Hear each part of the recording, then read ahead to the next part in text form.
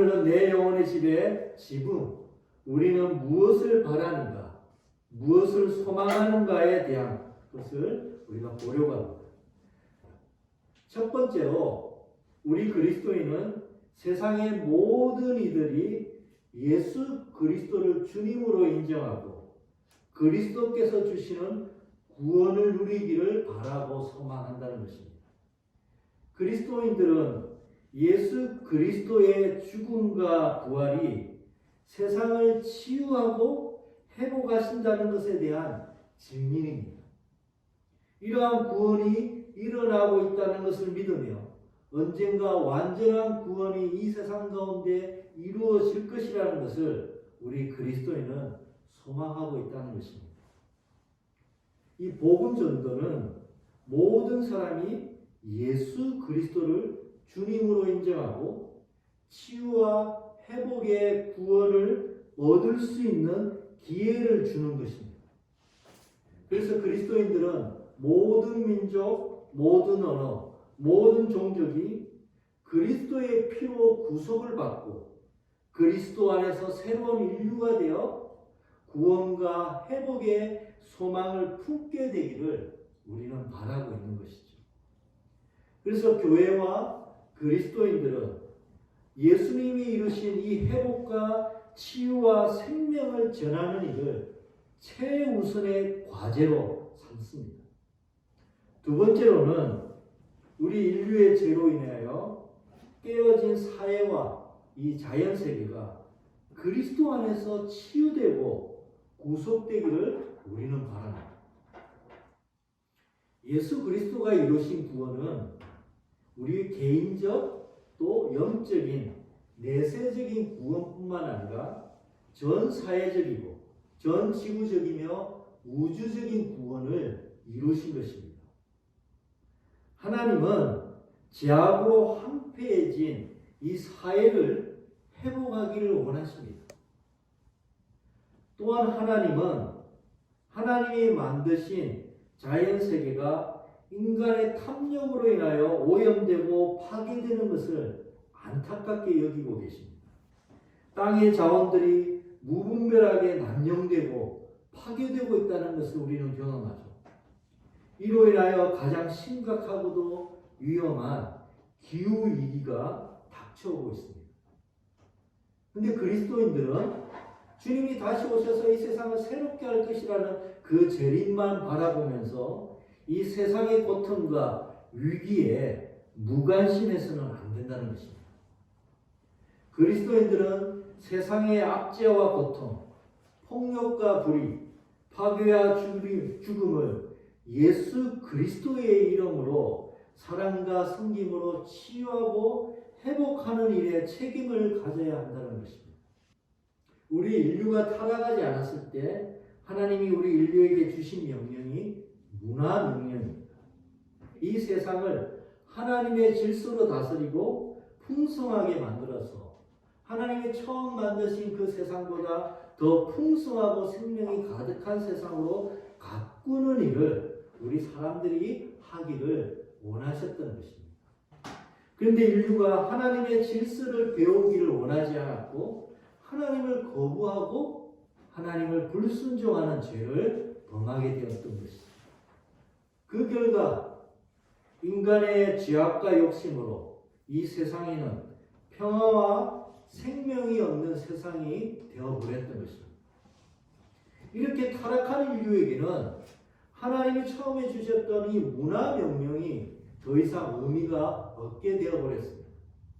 더 시급한 일은 인류가 그리스도를 통해서 하나님께로 먼저 돌아오는 일이 더 시급해졌다는 것이죠. 그래서 예수께서 제일 먼저 하신 일이 하나님께 사람이 돌아오도록 하는 일을 예수님은 제일 중요하게 여기셨던 것입니다. 사람이 하나님께 순종하고 하나님의 질서를 배우는 일이 우선적으로 중요했다라는 것이죠. 그래서 예수님은 제자들에게 복음 전도, 이 선교 명령을 먼저 주셨던 것입니다. 예수 안에서 그리스도인이 된 자는 무엇보다 전도 명령을 이 땅의 모든 사람들이 하나님을 알고 그리스도 안에서 생명을 누리고 하나님과 화목하게 되는, 그래서 하나님을 배우고 하나님을 기뻐하는 그 삶을 알도록 하는 일을 우선적으로 해야만 합니다. 그리고 더 나아가서 하나님이 이 세상을 창조하실 때 주셨던 문화명령, 이 세상을 더 풍성하고 생명 있는 세상으로 올바로 가꾸는 이 문화명령도 수행을 해야만 합니다. 세 번째로 우리는 영원한 하나님의 나라가 임하여 정의와 평화의 영원한 삶을 살게 되기를 바라고 소망합니다. 예수님은 인격적이고 또 눈에 보이는 가시적인 모습으로, 그러나 우리 인간이 예기치 못하는 방식으로 권능과 커다란 영광으로 이 땅에 다시 오실 것입니다. 그리고 신실하게 주님을 믿고 기다린 그리스도인들에게 생명의 부활을 주실 것이고 영원한 축복을 주실 것입니다. 병든 것도 고통도 죽음도 없는 영원한 행복 가운데 우리는 거하게 될 것입니다. 하나님을 사랑하고 이웃을 사랑하는 온전한 관계 속에서 화평과 즐거움으로 영원한 잔치의 삶, 축제의 삶을 우리는 영원토록 살아가게 될 것입니다. 그리고 하나님은 죄로 허물어진 옛 하늘과 그 땅을 새롭게 하실 것이고 새 하늘과 새 땅을 영원한 세상 가운데 이루어지도록 하실 것입니다.